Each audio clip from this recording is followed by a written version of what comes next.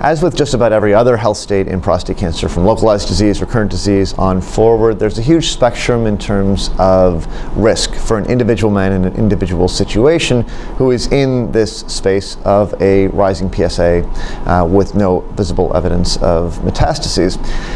And we really do focus on the details. So what was the Gleason score? What were the prior treatments? What were the other aggressiveness characteristics of the cancer? And how fast is the PSA rising?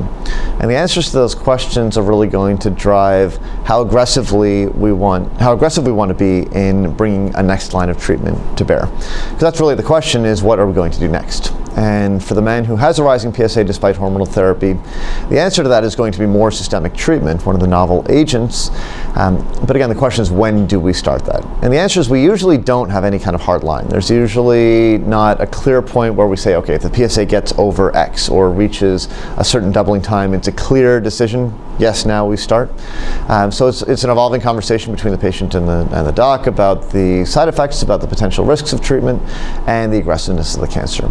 Generally speaking, the more aggressive the cancer, the more quickly the PSA is rising, the more aggressive the other characteristics of the cancer, the sooner we want to get additional treatment on board.